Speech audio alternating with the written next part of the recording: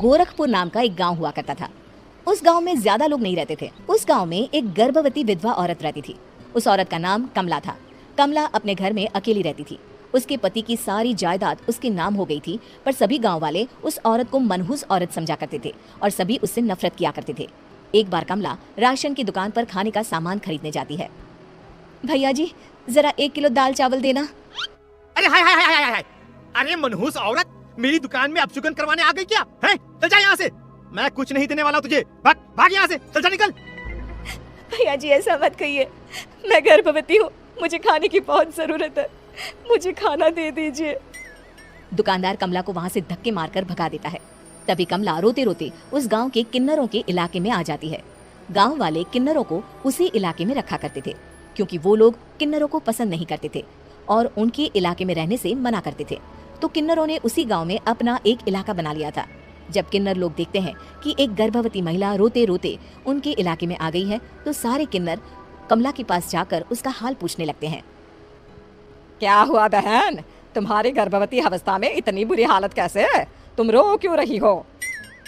तुम डरो मत, हम तुम्हें कोई नुकसान नहीं पहुंचाएंगे। तुम शांत होकर सब बताओ कि हुआ क्या है। मैं कमला हूँ, मैं गांव के दूसरे इलाके से आई हूँ। 2 महीने पहले ही मेरे पति की मौत हुई है। मुझे गांव के लोग मनहूस मानते हैं, क्योंकि मैं विधवा हूँ और गर्भवती भी। वहाँ के लोग मुझे खाने के लिए कुछ बेचने के लिए भी तैयार नहीं, जिससे मेरा गुजारा नहीं हो रहा था। कोई बात नहीं कमला, हम तुम्हारा ख्याल रखेंगे। किन्नर लोग कमला को एक खाली घर में रहने के लिए जगह दे देते हैं और उसकी देखभाल भी करते हैं। कुछ ही महीने बाद कमला अपने बच्चे को जन्म देती है, पर अफसोस, कमला बच्चे को जन्म देते ही अपनी जान गंवा देती है। जब सब किन्नर बच्चे को देखते हैं तो बहुत खुश हो जाते हैं, क्योंकि वो बच्चा भी किन्नर ही था। कमला ने एक किन्नर बच्चे को जन्म दिया था। अब इस बच्चे की देखभाल कौन करेगा? हम तो इस बच्चे को गांव के दूसरे इलाके में भी नहीं भेज सकते। और तो क्या हुआ, इस बच्चे की माँ नहीं रही तो हम इसे पालेंगे। अब ये हमारे इलाके में रहेगा, हमारे साथ रहेगा। फिर वो किन्नर उस किन्नर बच्चे को गोद ले लेते हैं, उसका नामकरण कराते हैं। उस किन्नर बच्चे का नाम शक्ति रखा जाता है। देखते ही देखते शक्ति बड़ी होने लगती है।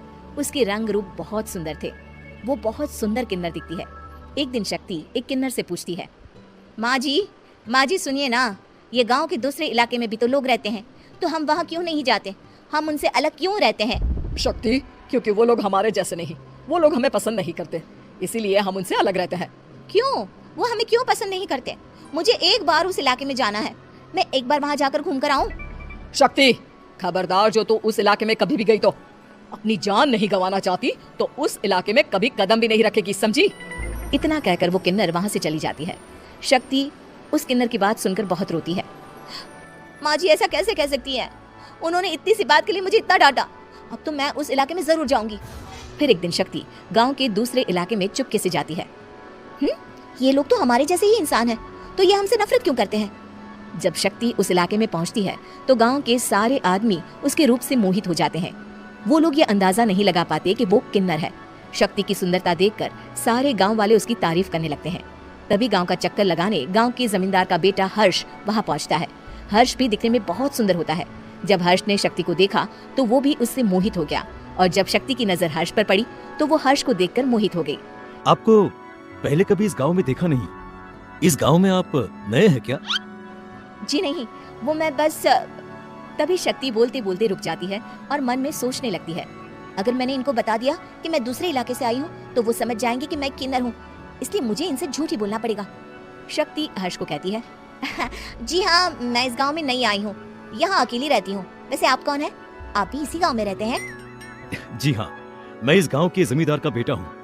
आपको किसी भी चीज की जरूरत पड़े तो आप मुझे बता देना, मुझे अच्छा लगेगा। ऐसे ही शक्ति और हर्ष एक दूसरे से रोज मिलने लगते। वो दोनों अपने प्यार का इजहार करने एक दूसरे से मिलने जाते हैं। तभी शक्ति का पीछा करते करते एक किन्नर वहाँ आ जाती है। शक्ति, मैं तुमसे बहुत प्यार करता हूँ। मैं तुमसे शादी करना चाहता हूँ। क्या तुम मुझसे शादी करोगी? हाँ हर्ष, मैं तुमसे शादी करूंगी, पर मैं तुमको अपने बारे में एक सच्चाई बताना चाहती हूँ जो मैंने तुमसे छुपा कर रखी है।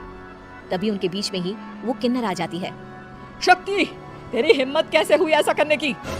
वो किन्नर शक्ति को खींचकर गांव के जमींदार के पास ले जाती है। हर्ष भी वहां शक्ति को बचाने के लिए पहुंच जाता है। जमींदार शक्ति और हर्ष के प्यार के बारे में सुनकर गुस्से में आ जाता है और शक्ति को गांव के बाहर निकालने की सजा देता है। शक्ति ये बात सहन नहीं कर पाती और कुएं में कूदकर अपनी जान दे देती है। जमींदार हर्ष की शादी गांव की एक लड़की से करवा देता है, पर हर्ष इस शादी से खुश नहीं होता। शक्ति अपना बदला लेने के लिए मरने के बाद किन्नर चुड़ैल बन जाती है। अब मैं इन गांव वालों को नहीं छोड़ूंगी, अब इनसे मैं अपने प्यार का बदला लूंगी। किन्नर चुड़ैल गांव वालों को परेशान करना शुरू कर देती है। एक बार वो रात को गांव के खेतों में पहुंच जाती है और वहां आग लगा देती है। सारी फसल जल के राख हो जाती है। जब एक आदमी रात को उठकर देखता है कि खेत में आग लग गई है तो वो वहां पहुंच जाता है।